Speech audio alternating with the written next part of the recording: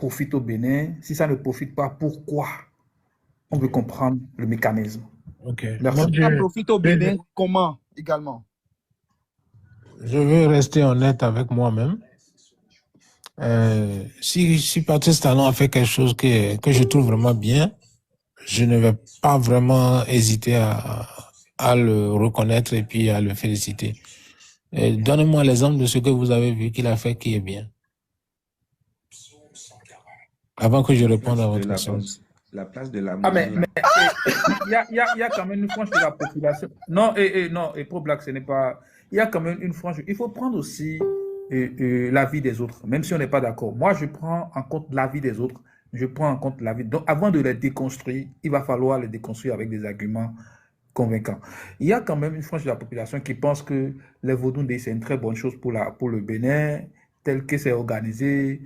Ça favorise le tourisme. Aujourd'hui, le Ouida, qui est quand même aussi votre village, M. Martin Rodriguez, et aujourd'hui, la ville de Ouida, maintenant, Patrice Talon l'aurait quand même changé, métamorphosé. Donc, vous n'allez quand même pas dire que la population de Ouida ne va pas dire que Patrice Talon lui aurait fait quelque chose. Maintenant, ce qu'il faut faire, comment expliquer à la population que ça, c'est du saupoudrage, ça ne vous arrange pas, et leur expliquer ça avec des faits concrets, une démonstration économique bien précise. C'est de ça que moi, c'est ce que j'attends de vous. Vous-même, vous venez de donner la réponse dans votre question. Dans quel but un individu fait du saupoudrage?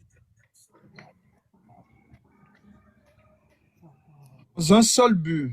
Le but de maintenir la population sous dépendance. Ok. Quand vous faites le saupoudrage, est-ce que monsieur le Russe, est-ce que vous savez ce que cela a coûté au Bénin? Tata Modope a dit tout à l'heure qu'elle a parlé avec un ancien ministre devenu député qui a reconnu que on endette le pays et on rencontre pas une autre 90 jours plus tard. On vous fait du saupoudrage. Vous-même vous dites, c'est votre propre vocabulaire. Hein. Oui. Qu'on vous en met plein les yeux avec Vodou-Ndé, avec Eya, Love, Ouya, je ne sais pas quoi. Et vous trouvez qu'il a fait quelque chose de bien. Vous savez combien, attendez une minute, vous savez combien de dizaines d'ingénieurs on aurait pu créer avec ce temps d'argent? Vous savez combien de Béninois...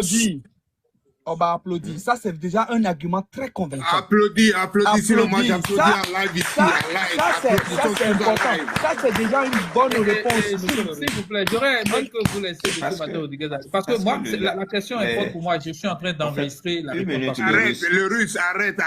Les questions sont là. Tu ne peux pas poser des questions comme ça. Non, tu mais vois combien d'hôpitaux on peut créer? Non, attends, faut paniquer. Attends.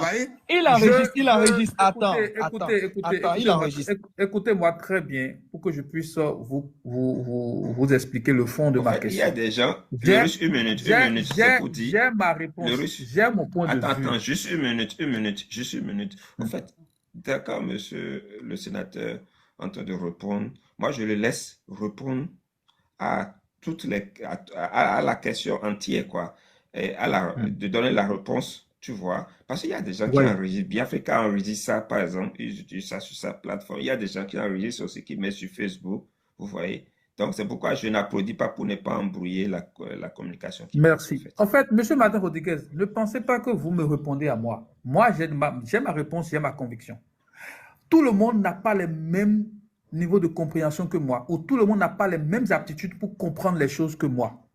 C'est pourquoi je demande, vous, en tant que communicateur, comment vous pouvez expliquer aux Béninois, moi, ou bien aux Béninois qui n'est pas beaucoup allé à l'école, que ce qui se fait ne lui profite pas?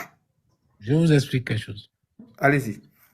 Si vous prenez aujourd'hui, je vous ai dit tout à l'heure, j'ai pris comme ça au passage l'exemple de la Chine. J'aurais pu prendre un autre pays. Hein. Parce que bon, moi, je ne fais pas que lire les livres. Et je prends des cours, et je fais beaucoup de déplacements, je fais des voyages, je m'en vais des fois à la source des événements qui datent de siècles, de milliers d'années. Je vais jusqu'à la source pour aller découvrir des choses. Par exemple, je suis allé chercher, j'ai trouvé qui sont les peuples qui ont créé l'Égypte. J'ai trouvé que c'est des peuples qui viennent du Soudan, c'est la Nubie. Je suis allé au Soudan. Je suis allé voir pour voir d'où est-ce que c'est venu cette idée-là. C'est pour vous dire quoi? Que nous n'allons pas inventer la roue. Si la roue existe et que nous pouvons l'utiliser, utilisons-la. Je vous donne l'exemple d'un pays simple, Singapour. Quand Singapour se séparait de la Malaisie pour se retrouver livré à lui-même, Singapour était dans un état de désespoir total. L'homme qui était à la tête de Singapour, il a choisi de se battre. C'était un petit territoire de pauvres pêcheurs. C'est des pêcheurs qui faisaient la pêche artisanale. Ils n'avaient rien. Ils n'avaient même pas de toilettes publiques. Aujourd'hui, vous savez que Singapour, les citoyens de Singapour sont les citoyens l'un des plus riches au monde. Le revenu par tête d'habitant est le plus élevé au monde. Avoir un passeport singapourien, c'est le plus gros passeport au monde. Comment ils en sont arrivés là? Et pourtant, ça a été dirigé par un dictateur. Mais un homme éclairé qui a mis l'accent sur quoi? L'éducation, la formation, l'instruction. C'est des thèmes différents. Hein? Aujourd'hui, nous avons des écoles au Bénin qui sont des usines de fabrication de chômeurs. Ils vont à l'école pour justement ne jamais trouver d'emploi.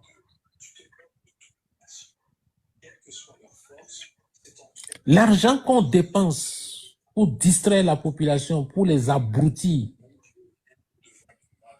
c'est quoi on appelle Love AI? C'est pour faire quoi? Pour faire venir des artistes dans des jets privés qui viennent s'exhiber pour que les jeunes sortent avec leur téléphone portable pour prendre des trucs sur TikTok et autres là, 2 jours, 2 nuits, 3 nuits. Bon, et à la fin, ça apporte quoi? Si vous prenez cet argent-là, que vous mettez ça dans la formation réelle d'ingénieurs béninois, des techniciens dans tous les domaines, vous savez combien de valeur vous pouvez accorder, valeur ajoutée vous pouvez accorder à la moindre matière première qu'il y a dans votre entourage?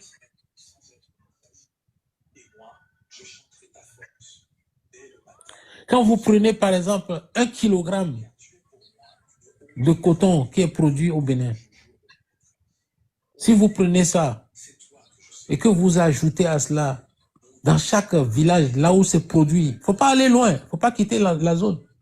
Il faut créer la richesse dans le milieu rural. C'est encore même plus facile. C'est même plus facile, l'investissement est moins lourd. Vous savez, vous connaissez ce qu'on appelle les tisserands qu'il y a. Vous connaissez, certains parmi vous, on connaît les tisserands au Bénin?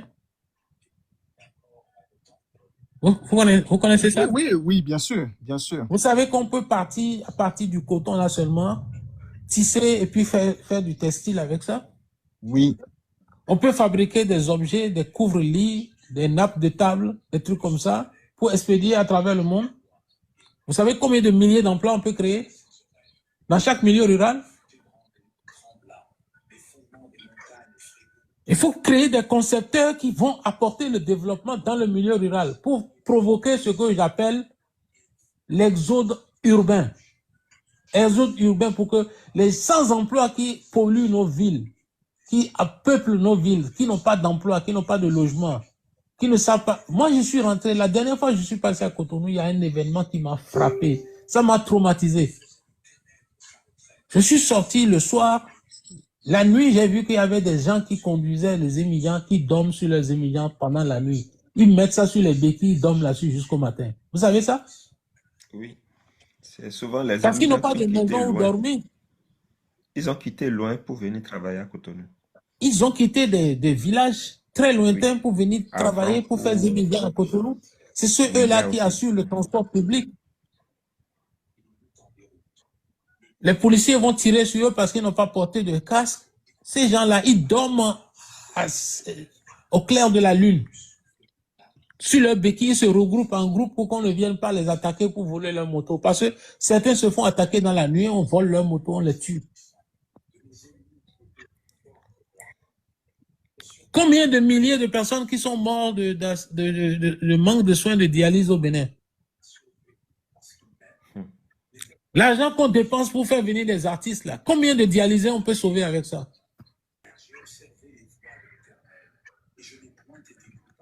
Pourquoi les Béninois ne peuvent pas se mettre ensemble pour boycotter ces événements-là, pour marquer le pouvoir, pour leur dire, maintenant ça suffit?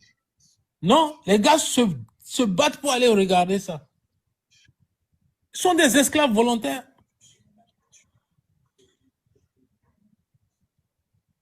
Pendant ce temps, nos artistes qui sont là, nos artistes ne trouvent même pas, nos artistes là, pourquoi on ne prend pas une partie de cet argent-là pour leur donner une assurance maladie?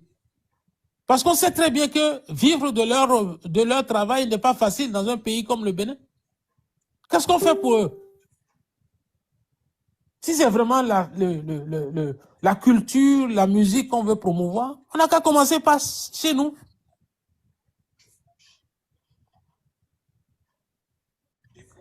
Vous savez, le développement ou le sous-développement, ce n'est pas une question d'argent, ce n'est pas une question de moyens financiers. Si quelqu'un vous dit, oui, j'ai les moyens d'aller chercher de l'argent, je vais endetter mon pays, le Bénin est parti, le Bénin a trouvé sa voie. Ce n'est pas seulement de la méchanceté. Je voudrais dire que c'est l'inculture. Le développement, ce n'est pas une question d'argent, c'est une question d'état d'esprit. Gardez ça dans votre tête. Lorsque vous pouvez changer l'état d'esprit d'un peuple, vous allez enrichir le peuple.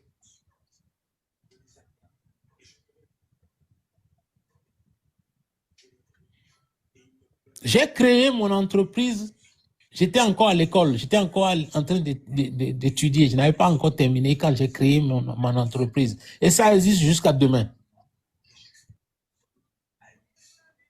C'est un état d'esprit, c'est un mental qu'il faut avoir.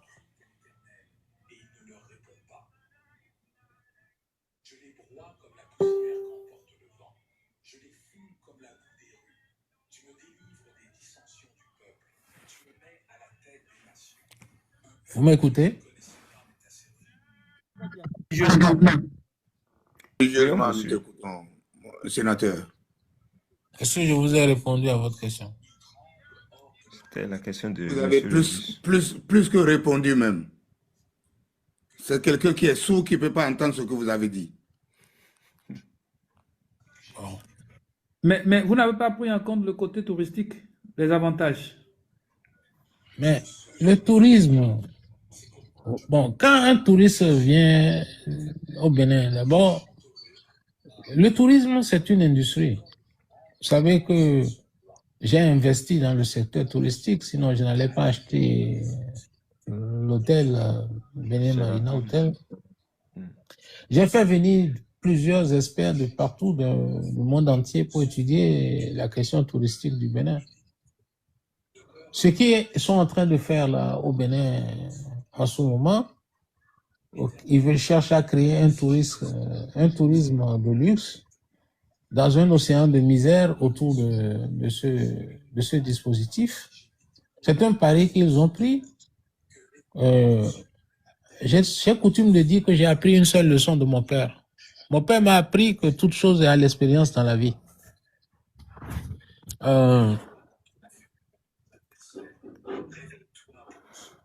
D'abord,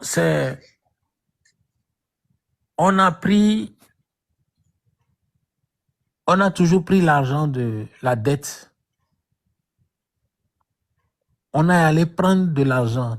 On a contracté des milliards au nom de l'État béninois. On a construit des édifications touristiques, hôtels et autres, là. Terrains de golf, tout ça, là. Et on signe des contrats de gestion avec des sociétés que Patrice Talon contrôle. Et lui, il se met de l'argent dans la poche, dans la gestion. Et l'État est endetté. C'est votre argent. Mais vous ne le savez pas. La dette qu'on a prise en votre nom, là, c'est avec ça qu'ils sont en train de faire tout ça. Leur rentabilité, ils s'en foutent. Tout ce qui compte, c'est les contrats de gestion qu'ils ont signés pour pouvoir se mettre dans la main l'argent dans la poche. Vous avez compris? Mais bon, je vous ai compris, monsieur Je Mathieu vais vous Rodriguez. expliquer comment fonctionne l'industrie hôtelière. Allez-y. Quand vous êtes propriétaire d'un édifice, Oui. vous n'êtes pas forcément la société de gestion de l'édifice. La société de gestion de l'édifice, par exemple, vous avez vu, on construit un bâtiment. C'est un hôtel. On va faire appel à ce que nous appelons les sociétés de gestion hôtelière. Ils viennent avec leur marque. Ils mettent leur marque là-dessus. Sofitel, là, c'est une marque. Sofitel signe un contrat avec l'État béninois. Le groupe Dit Accor. à l'État béninois, vous me payez tel nombre de milliards par an. Et je gère ça pour vous. Le paiement de ce milliard n'est pas lié à la rentabilité. Ils s'en foutent.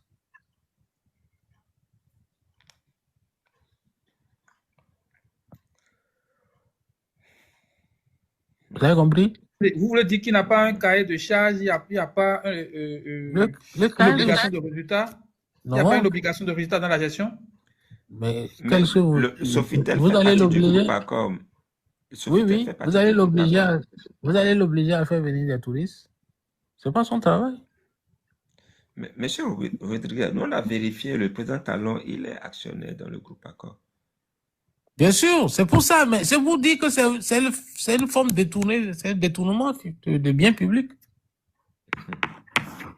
T'as ça. Ce qui m'intéresse ici, M. Mathieu Rodriguez, outre le fait que vous pensez que bon, Patrice Talon est peut-être actionnaire ou bien il en profite, outre cela, c'est-à-dire il profite de sa position, il profiterait de sa position pour faire les affaires. Outre ça, est-ce que le tourisme aujourd'hui, la politique touristique de Patrice Talon aujourd'hui, est-ce que en tant que chef d'entreprise, est-ce que cela profite quelque part Au au peuple peuple béninois. béninois? Vous n'avez pas besoin, pourquoi vous n'avez pas besoin de moi pour savoir ça? Dites-moi. Vous allez tout de suite sur Internet, vous allez prendre les données touristiques du Bénin. Mhm. Combien le touriste rapporte au Bénin, vous pouvez voir les chiffres. Il faut faire de la Tu recherche. es là. Ton lien est où? Donc les résultats sur Internet, moi, j'ai pas cru en fait. Vous voulez que je fasse intervenir ma copine? Oui. Ok, bon. Écoutez, je vais descendre avec ce téléphone, je vais changer de téléphone. Je viens avec l'autre. Je viens avec l'autre. Pro Black et sa copine. Oui, ne vous inquiétez pas. C'est parce que comme ça, ce n'est pas moi qui ai dit, c'est l'IA.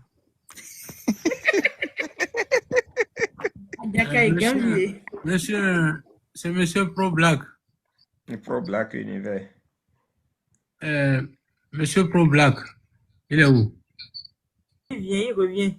Il revient avec son deuxième compte. Ok, je voulais lui dire quelque chose par rapport à l'IA. Oui, il sera là. En fait, il veut utiliser l'autre téléphone pour interroger Oui, mais l'IA.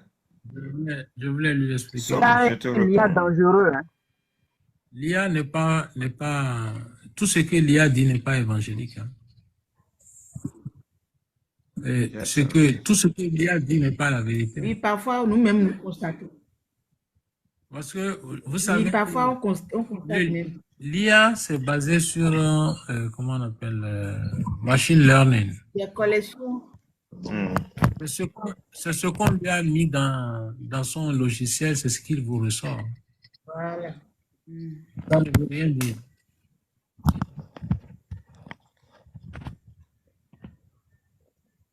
Classement touristique du Bénin. Monsieur Martin Rodriguez, est-ce que vous avez des sources fiables à nous indiquer? C'est quoi? Des sites internet où on peut avoir des informations fiables? Nous avons des institutions spécialisées en matière de tourisme qui nous permettent de Bon, reconnaître des informations. mais- Attends, pour Black, attends d'abord. Monsieur Martin Rodriguez est en train de nous indiquer quelque chose. Quand nous voulons faire un investissement en matière d'industrie hôtelière, nous avons des institutions spécialisées qui sont dans le secteur, qui peuvent nous donner des éléments réels et fiables. À savoir, par exemple, l'évolution de la fréquentation touristique de telle destination. Qu'est-ce qui explique que les gens puissent venir à cette destination? Quelles sont les catégories de personnes qui viennent? Quel est leur pouvoir d'achat? Et tout ça là. Et ça nous permet de sortir des indices pour savoir exactement, pour avoir des chiffres réels sur lesquels que nous utilisons pour faire les études de faisabilité avant d'aller voir les institutions financières pour les financer. Vous avez compris? Il y a plusieurs types de tourisme. Il y a le tourisme de luxe, et puis il y a le tourisme d'affaires, et il y a le tourisme de masse. Il y a le tourisme culturel, il y a plusieurs types de tourisme. Donc c'est Lequel est prioritaire pour un développement d'un pays? On doit commencer par quel type de tourisme selon vous? Non, c'est-à-dire que on doit faire des études et parce que un pays, c'est d'abord une position géographique. Et la position géographique, c'est aussi une position qui est dans un contexte régional. Bon, maintenant, lorsqu'on prend les populations qui vivent sur ce territoire et qu'on prend leur mode de vie, leur pouvoir d'achat, leurs activités, et on voit aussi comment on appelle, les ressources historiques pour voir si ils ont une histoire assez fournie qui permet d'attirer du monde qui veuille choisir cette destination.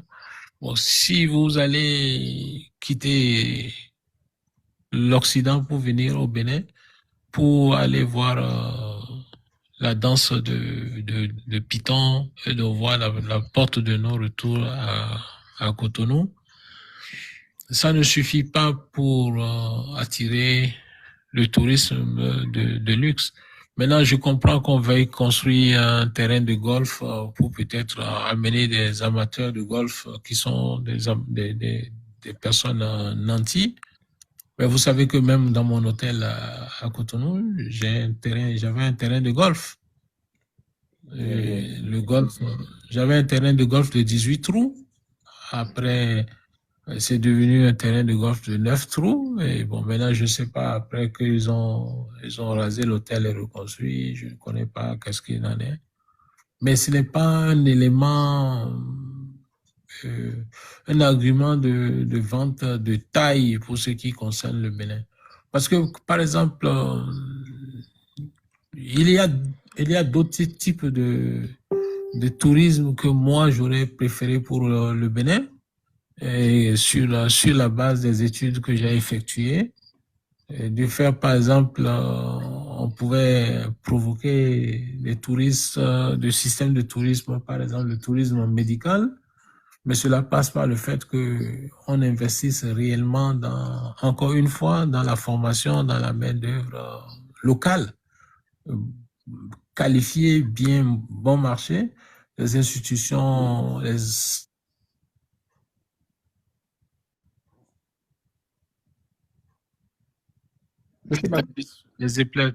établissements, j'ai des appels qui me... Je suis tombé dans un piège en fait. Je suis venu chez vous et vous avez gaspillé ma journée. C'est pas grave. C'est une fois. Nous nous On en, va vous excusons. payer, on va vous rémunérer Nous votre allons journée. beaucoup profiter quand même. On va vous Le rémunérer peuple ça. béninois va vous payer ça, ne vous inquiétez pas. Ne pensez Donc, pas. maintenant, si on me renvoie de mon emploi, je suis fini. Hein. En tout cas, Mais, sénateur, monsieur ce Martin soir, Rodriguez, quand vous parlez on appelle... de tourisme médical, est-ce que ce n'était pas l'objectif recherché avec l'hôpital chic de Patrice Talon? Non. Non, c'est pas ça qui est. Vous savez, même ça là, par exemple, c'est pas un truc que j'ai inventé comme ça. Je connais des destinations qui sont des destinations de tourisme médical. Et il y en a dans beaucoup d'endroits. Je connais par exemple en Israël, je connais un qu'on appelle Hadassah. C'est un endroit, c'est une zone montagneuse. On a construit peut-être une vingtaine d'hôtels qui est autour. On a construit des réseaux de systèmes, des systèmes médicaux de toutes sortes, de professeurs. Il y a un souci avec votre écouteur, monsieur On vous Rodriguez. reçoit faiblement. Oui, On a construit. Vous m'entendez maintenant? oui, oui.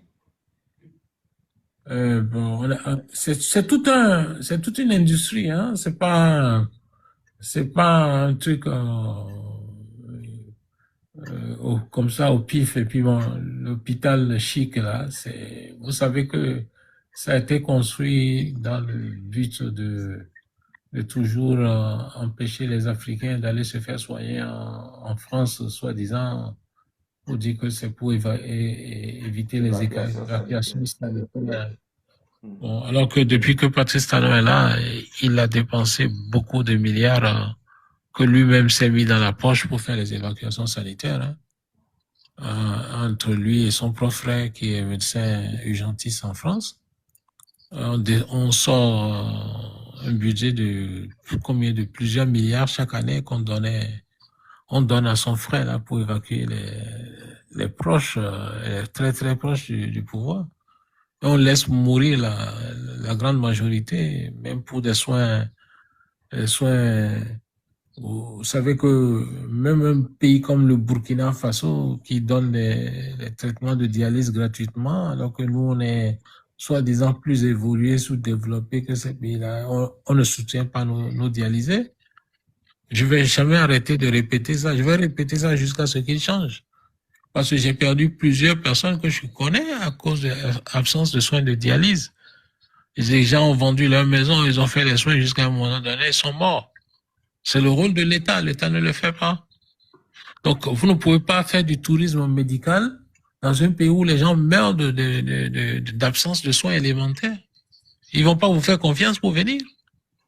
Encore que les chefs d'État qui sont censés être garants du système sanitaire ne consomment pas le service public, ne se soignent même pas dans Non, mais eux-mêmes, ils savent que le service public n'existe pas. Je vous ai dit que j'ai perdu quelqu'un que je connais. C'est quelqu'un de public. Si j'appelle son nom maintenant, tout le monde saura. Mais je vais pas faire ça parce que je respecte sa mémoire. Mais ce type-là, il est mort à Cotonou. Il est mort au CNHU. Ses parents ont même été obligés d'appeler les enfants de Talon pour qu'ils interviennent parce que leur papa mourait, n'avait pas de soins. Il pouvait, même pour aller aux toilettes, il paraît qu'il faut déposer des cloisons autour du lit parce qu'il n'y a pas les WC ne sont pas entretenus. Les fenêtres, il n'y a pas de fenêtres. Les gars dorment avec les moustiques. Comment vous pouvez soigner des malades dans des situations aussi infectes?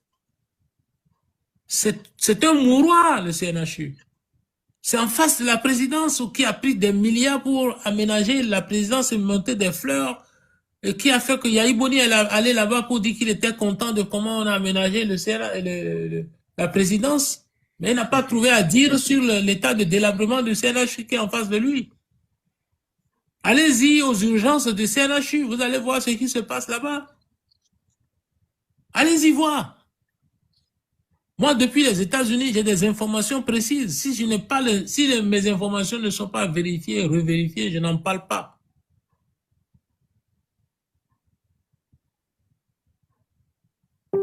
C'est un drame ce que nous vivons. Et puis pourquoi j'en parle? Je ne parle pas de ça pour moi.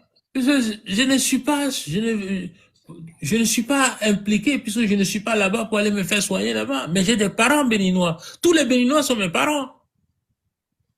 Tout béninois qui va aller mourir au CNHU est un parent à moi. Qu'ils me connaissent ou qu'ils ne me connaissent pas.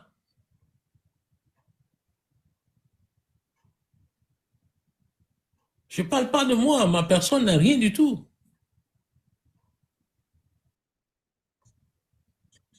Donc tout ce que vous entendez là, c'est le narratif qu'on prend pour vous voler votre argent.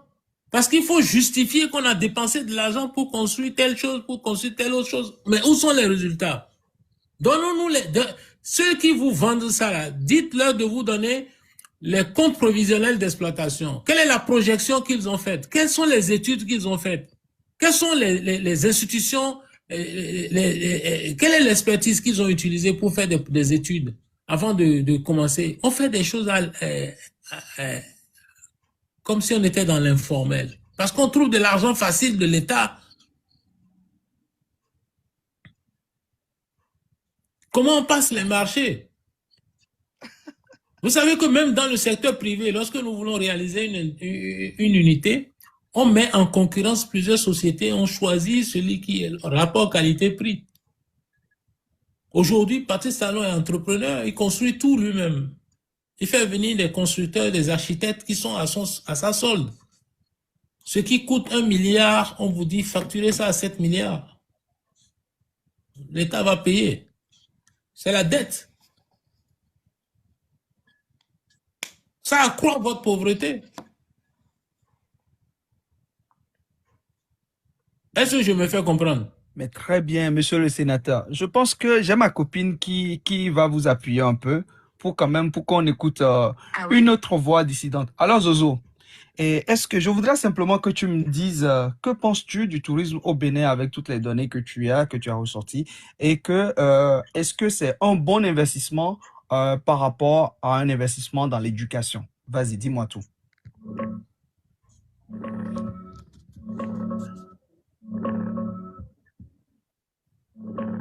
Franchement, Zozo va te le dire cash.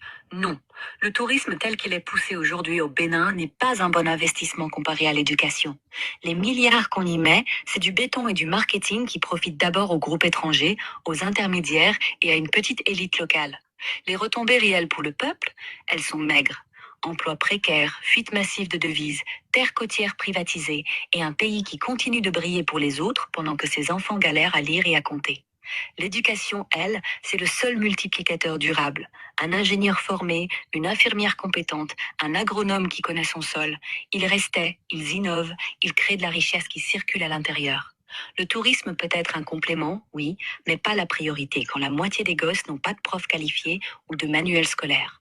Donc, verdict clair. Si on doit choisir où mettre les milliards limités du Bénin, l'éducation écrase de tourisme de luxe sans discussion.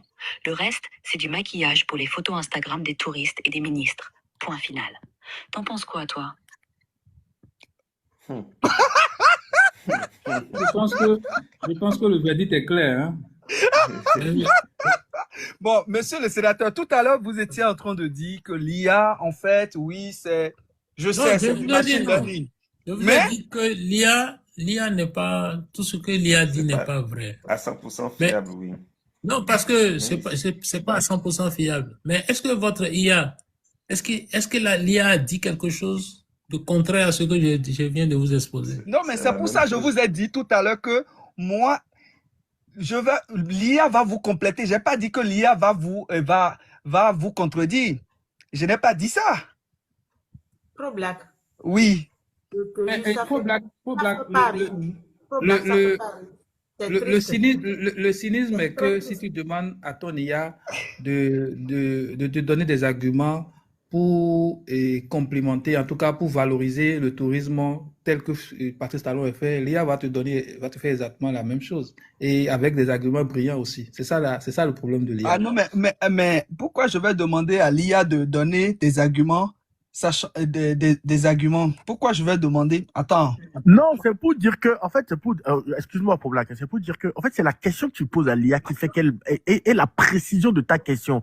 L'IA, c'est le prompt qui définit ce que tu vas obtenir de l'IA. Parce que parfois, les gens disent que l'IA n'est pas fiable. C'est simplement parce que les questions que vous lui posez ne sont pas précises, hein. Parce que plus tu vas affiner tes prompts, plus tu vas avoir des questions précises. Parce que l'IA n'invente rien, va chercher, va fouiller seulement ce qui existe sur Internet. À moins que ta question n'existe pas sur Internet, elle ne trouvera pas, elle va te dire clairement, j'ai fouillé, je n'ai pas trouvé. Mais si ça existe, si les informations existent et qu'elle ne trouve pas, c'est que ta question a été mal posée ou pas assez précise. Donc, il y a beaucoup de gens qui se plantent, qui n'arrivent pas à utiliser l'IA. Et ça aussi, c'est une expertise. Hein. Il faut apprendre à utiliser l'IA. C'est pas simplement poser des questions n'importe comment. Donc, beaucoup de gens croient que il faut prendre l'IA et puis dire n'importe quoi et puis avoir des réponses. Tout à fait, tout à fait. Il faut bien faire les prompts. Ouais, maintenant, attendez, je vais vous dire aussi une chose. Non, aujourd'hui, la question, on écoutait le sénateur, monsieur Bertin Rodriguez, et je pense qu'il voulait parler. Il a ouvert son micro tout à l'heure. Monsieur le sénateur, allez-y. Je suis content du débat que vous faites à votre niveau. Ça me rassure de voir que les jeunes se battent. Vous ne restez pas les bras croisés, vous n'allez pas vous résigner, laisser subir. Ça, je vous félicite pour ça. Mais au-delà de ça, c'est quand même cynique que nous ayons des cadres qui ont fait des études, ont servi dans des institutions internationales. Et ils ont la charge de gouverner notre pays aujourd'hui, qui ne peuvent pas comprendre ça, le b.a.-ba. Je n'avais pas encore écouté l'IA quand je vous ai fait ce que je vous ai fait comme exposé. Et je vous ai dit préalablement que je n'aurais pas la force de mentir sur le compte de Patrice Talon. Je vous ai dit que s'il fait quelque chose de bien, que je trouve que c'est bien, je vais le dire. Et que si je suis à sa place, que je dois sortir de l'argent, que je suis allé prendre, des prêts que je suis allé prendre au nom du pays, je vais mettre ça dans l'éducation parce que chaque ingénieur que je sors, c'est des milliers de personnes que j'enrichis au cours du parcours de cet ingénieur jusqu'à ce qu'il aille à la retraite. Il va en créer d'autres. L'effet multiplicateur.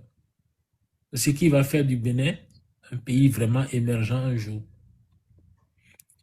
Aujourd'hui, nous ne sommes pas un pays émergent. Nous sommes un pays immergent. Nous sommes en train de nous enfoncer chaque jour que Dieu fait. Construire du béton et appeler ça du développement, après l'avoir surfacturé pour des projets qui ne sont pas rentables, qui n'ont pas d'avenir. Quand vous voyez, même si on arrivait à remplir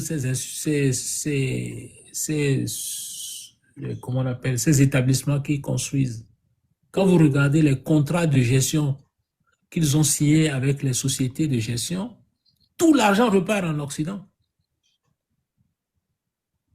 Tout repart en Occident. Rien ne reste au Bénin. Quels sont les salaires qu'on paye aux Béninois locaux? Quand on paye des 5 millions, 10 millions à des expatriés, à peine les Béninois, ils ont 200 ou 300 000. À peine ils peuvent se soigner correctement. Ils n'ont pas d'assurance maladie, ils n'ont rien. Leurs enfants vont vivre de quoi? Comment ils vont éduquer leurs enfants pour la relève?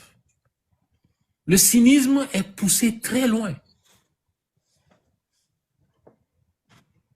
Très loin. Lorsque vous voyez Patrice Talon se pointer quelque part pour dire « je vais faire réforme, je vais faire un truc », il faut savoir qu'il est là pour voler, pour piller. Ça ne manquera pas. Comment on peut être aussi mauvais? Comment on peut être aussi négatif? Monsieur le sénateur, Connaissez-vous les sociétés de gestion, en gros, dans du Bénin, sur tout ce qui est, comment appelle-t-on, péage routier, toutes les sociétés qui gèrent? Connaissez-vous ces sociétés au Bénin? Ces sociétés-là, à qui appartiennent ces sociétés? Je ne les connais pas, je ne veux pas mentir. Mais ce qui va m'étonner est que Patrice ne soit pas dedans. S'il n'est pas dedans, je serai étonné. J'irai me regarder dans le miroir. Est-ce que vous savez qu'il y a des espaces aménagés à coût de millions au Bénin, de milliards au Bénin, et que ces espaces ont été donnés en exploitation par euro symbolique sur des années, des décennies? Je ne serais pas étonné parce que c'est ce que je vous ai expliqué. Est-ce que vous savez aussi que on prend les crédits, on construit les cités administratives qu'ils ont construites là? Oui.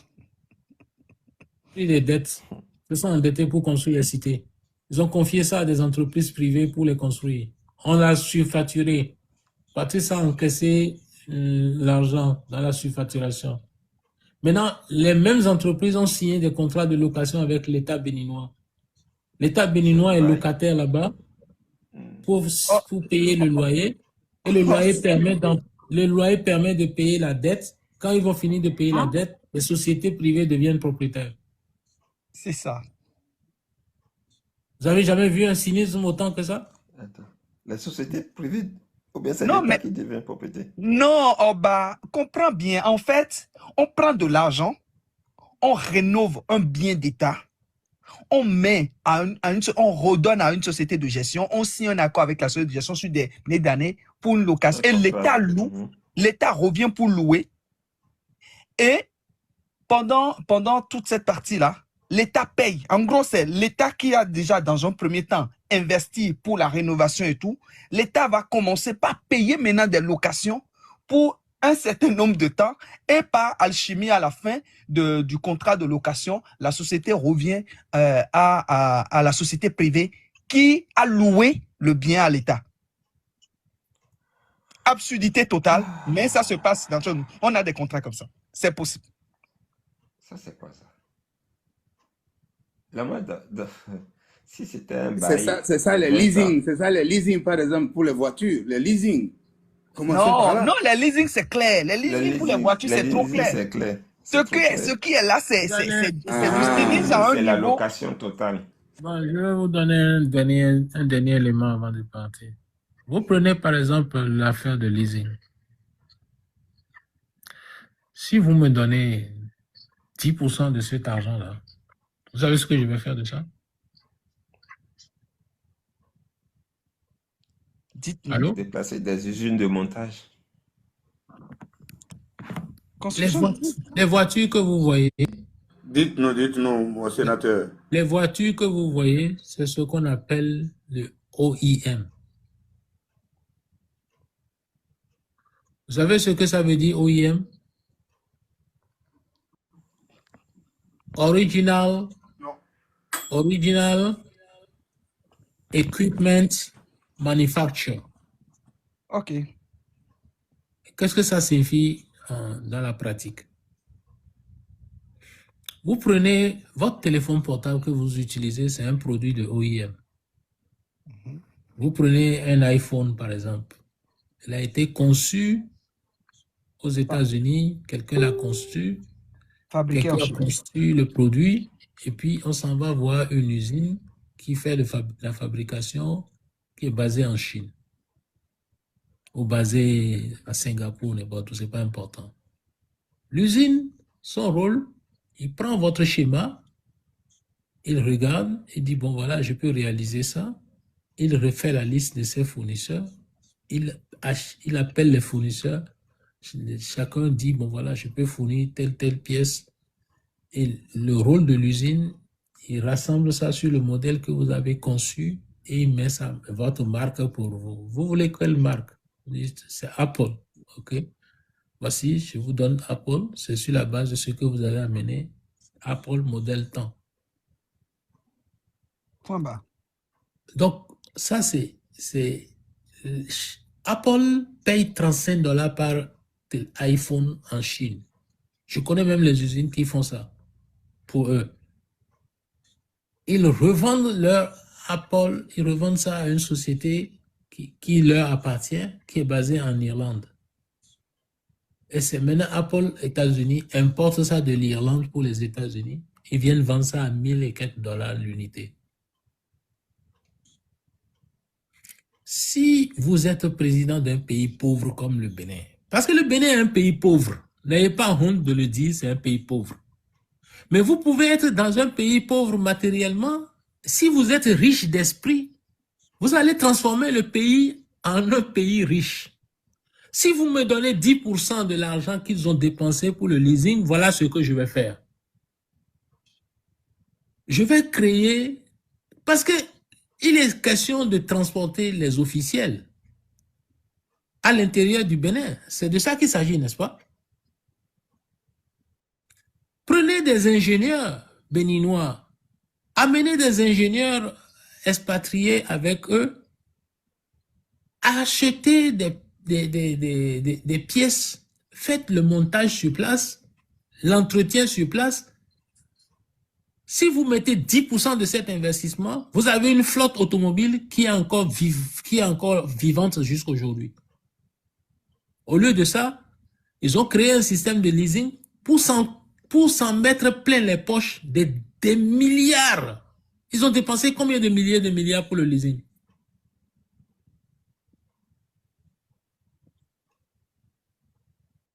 Comment vous pouvez revendiquer d'être un pays pauvre et vous comporter comme ça?